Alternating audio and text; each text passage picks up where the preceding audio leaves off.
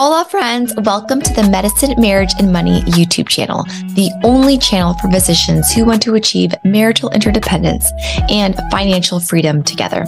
On this channel, you will learn how to show up as the best version of yourself so that you can love intentionally and build a more financially savvy relationship with your spouse. And I am your host, a physician mom, a doctor's wife, a Gottman leader, a certified life and marriage coach, Dr. Kate Mangona. Welcome. Bienvenidos.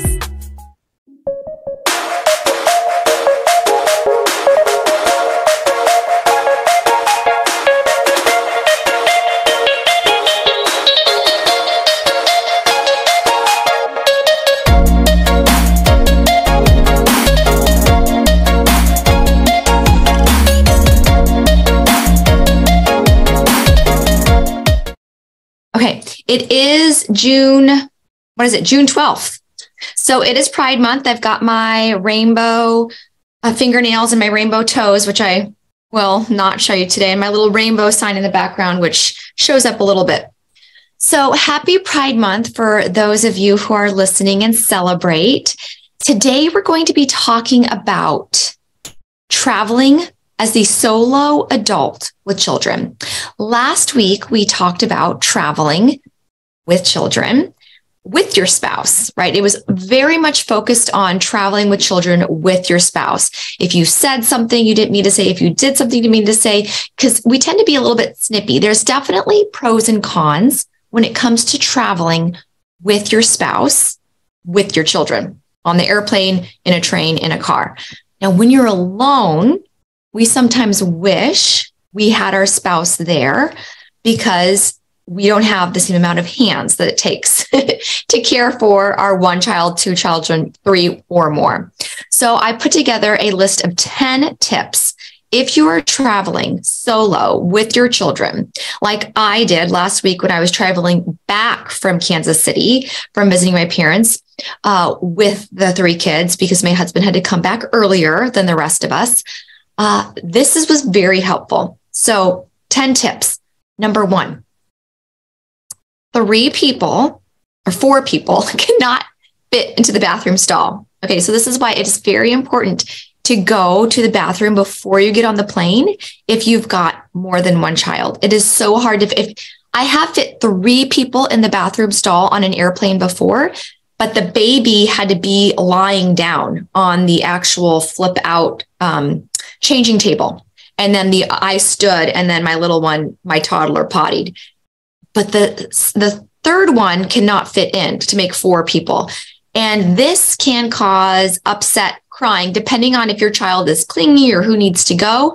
So I recommend everybody goes to the bathroom before you get on that plane.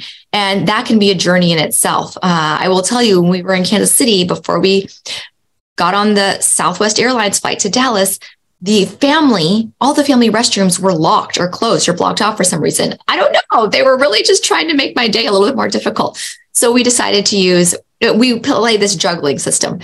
My recommendation to you, use the bathroom before you get on the plane. So much easier. The plane is definitely great backup. I've only been able to fit 3 people in the plane bathroom before, the baby, the toddler, and me. Number 2, pack a lot of easy snacks. So easy snacks to eat on the plane, on the go, a little bit more than you think you need. And pack some fun snacks like Cheetos are not exactly easy because then their hands become orange and then you need lots of wipes. So if you're packing lots of wipes, which I also recommend, pack lots of wipes, Cheetos are okay. But what I wanted you guys to really know is you don't have to stick to your same rules of only salmon and broccoli or brown rice when you do at home. You don't have to stick to that when you're on the road. They can eat whatever. They can eat cookies, suckers, cheese sandwiches, pizza, whatever. Pack and just let them eat on the go. Make it exciting, especially to prevent those plane meltdowns. Okay, so have the blueberries are run out. You've run out of their peanut butter and jelly sandwich. Pull out the suckers. Like, it's okay, especially if you've woken up at 4 a.m. to get to the airport at 5 so that you can get on that 6 a.m. flight. if that's what you had booked. Now, definitely there's a different discussion if we want to talk about the peak traveling times for traveling with children, especially if you're solo, I would recommend not doing the 6 a.m. flight. But if you are, Cheetos, Doritos, oatmeal cookies, suckers, they're allowed. Like anything's game. Number 3, traveling with 3 car seats is not a last minute decision. So some of you may rent car seats where you go. We are a family who loves to bring our car seats with us because we love our travel car seats. We have a TSA car seat for my 5-year-old. She used it when she was 4. I think we need to get one for our now 4-year-old so that we have 2 TSA. What those do is they harness them into the seat so they keep them back and they feel a little bit more comfortable for them. And if they fall asleep, they don't like slouch down. And I feel much more comfortable that I don't have like 3 arms. I can't play the soccer mom 3 times where you throw your arm across in case there's any turbulence. So sometimes when I'm traveling solo, one of my child is not in the same row as me. So I feel better that she's wearing that TSA harness. My middle child is wearing the Wavy Pico car seat, which I wear on my back. I love it because I can just wear the straps on my back and wear it as a backpack, wear my other backpack on my chest, and then they carry their rollies. And then I also have the Duna stroller that the baby still fits in. Even though she's almost 2, she still fits in it. So your children, depending on their height and weight, are definitely going to fit in different sized car seats. This is not a last minute decision. If it does become last minute, reach out to me, reach out to my husband. We can help you. The car seat lady on YouTube is also great, but we love the Wavy Pico for our 4-year-old, the Duna still for our baby to 2-year-old, and the TSA harness for the plane. And then once we get to our destination, we had 2 ride safer vests, one for my 5-year-old, one for my 4-year-old. Now, my 4-year-old does use the Wavy Pico still, but when the baby graduates from the Duna to the Wavy Pico, we're going to switch to the 2 oldest wearing the ride safer vests. So easy to use. If you read the instructions and practice with like the YouTube video, highly recommend. And it keeps them very anchored in the seat, and if you use it properly. So not a last minute decision. Try that out. Especially if you're going to be traveling multiple times over the summer. If you're just traveling once over the summer or the rest of the year, it is worth the investment. Number 4, TSA folks are not always the most friendly and helpful, and plan for that. Now, if they do end up being very helpful and friendly, that is a bonus, but plan for them to be overworked, a little bit overheated and tired and not the most helpful. Okay. I just plan for that. I have sympathy for them. They seem to always have people yelling at them and getting angry at them.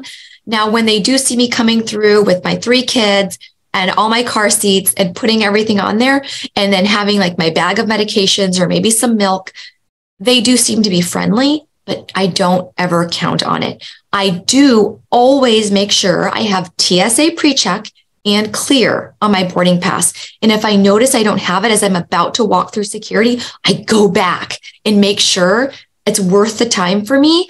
Because if I have clear, all I have to do is scan my eyes or scan my fingers.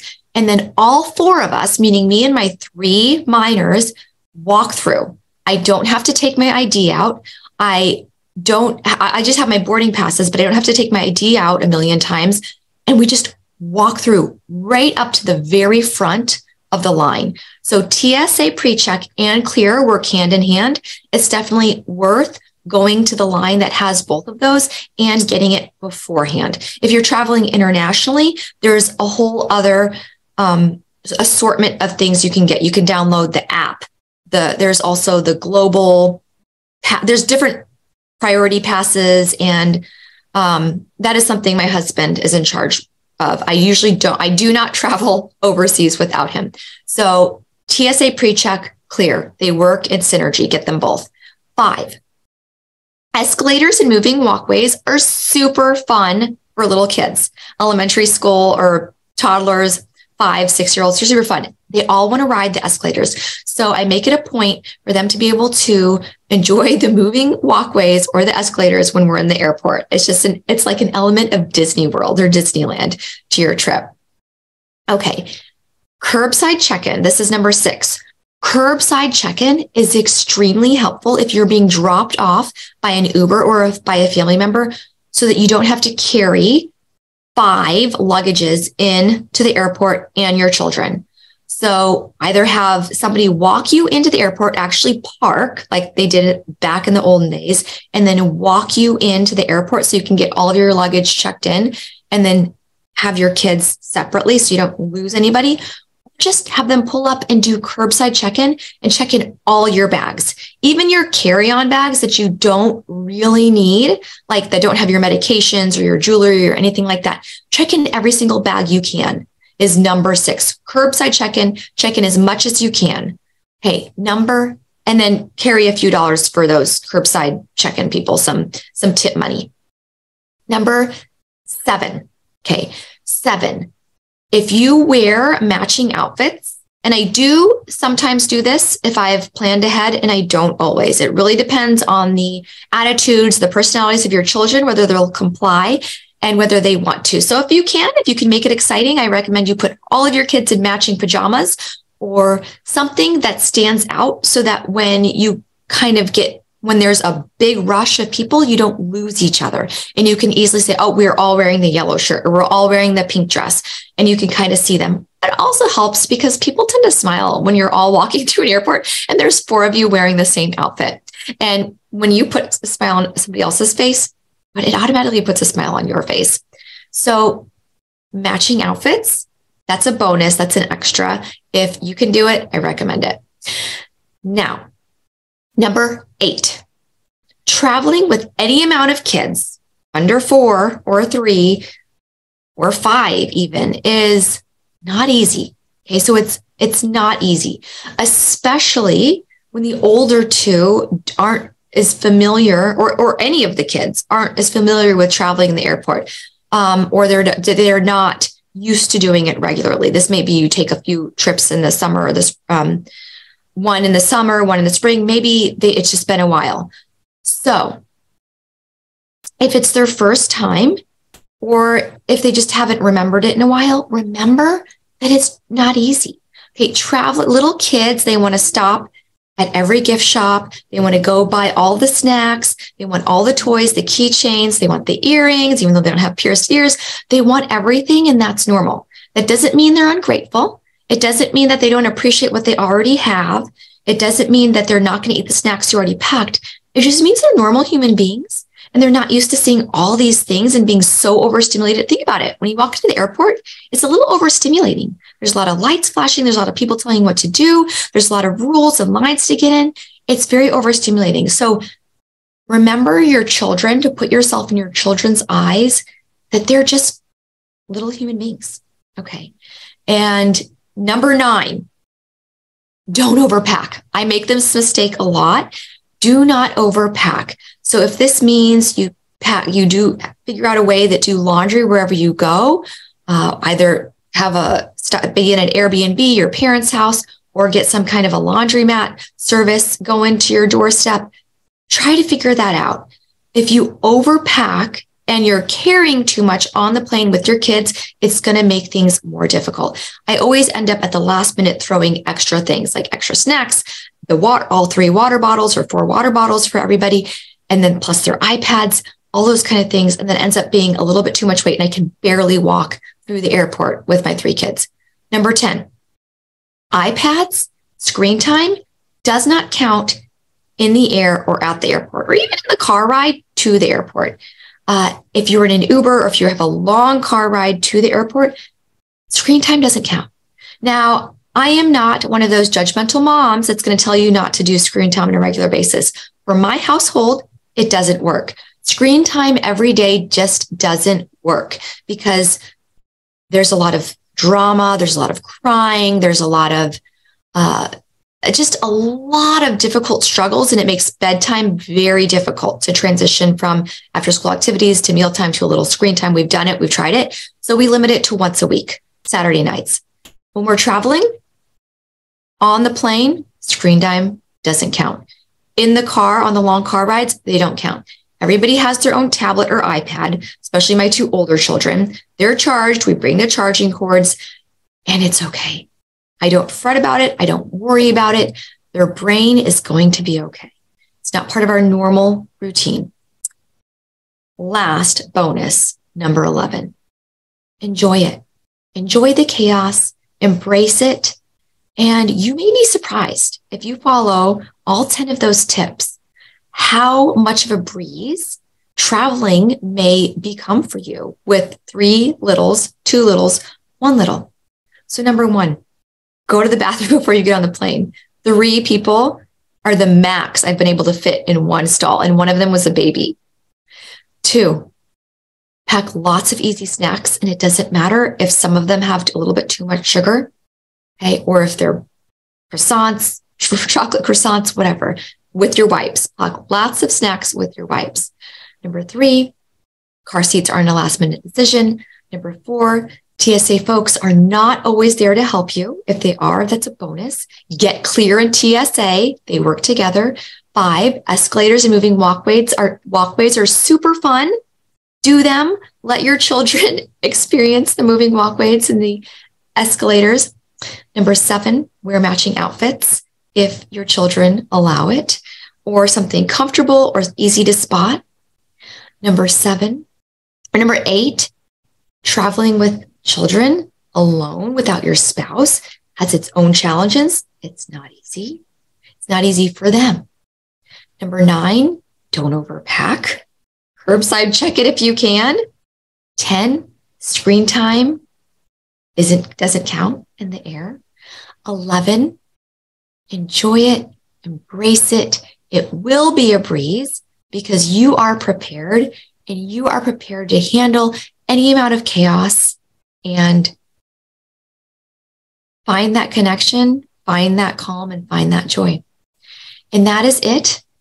When you make calm and curious and creative your headspace, traveling does become more of a breeze. When you are just fascinated by watching your littles explore the airport or the airplane, the ripple effect, right? That calm that you embrace ripples towards them. The anxious will also ripple towards them. So you get to choose, right? Curious about it, be creative, stay calm when you can, and embrace the chaos. So much fun talking to you guys. I always love it. Please share this with anybody who needs to hear, or anybody you know who's traveling with children alone or without their spouse, or as a single parent, maybe this summer season, and on a train, on a plane, in an Uber, in a car ride, which has its different challenges, but this is particularly helpful for on the plane. So please share the message, spread the love, and I hope you fly away with positivity, more joy, more connection. Stay tuned. I will be coming out with details for my new Love Lab RX course, which will be launching this fall, getting ready for it this summer. And reach out if you have any questions. So much love to you, your children, and your spouse.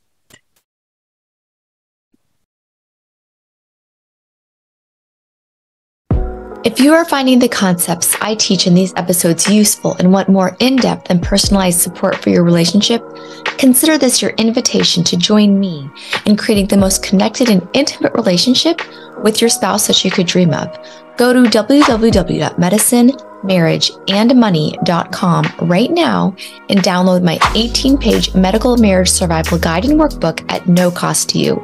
I also have a 6-day marriage challenge, which goes over the 6 predictors of divorce at no cost to you. These have been known to decrease fighting, rumination, and grudges between you and your loved one. If you want to take it a step farther, really enhance the joy and connection in the most intimate relationship in your life, sign up for my 8-week Making Marriage Work program today at medicinemarriageandmoney.com. Thanks for leaving us a stellar review, subscribing, and sharing with your friends on social media. You have the power to improve someone else's life and marriage simply by sharing this episode. Much love to you and your spouse. You're exactly where you need to be in this moment. Adios, my friends. The content of this episode is not intended to be a substitute for professional, medical, or financial advice. The opinions provided on this episode are those of myself or the invited guest alone. They do not represent the opinions of any particular institution. Always seek the advice of your physician or financial advisor with any questions you may have of a medical condition or financial plan. This is for your entertainment only.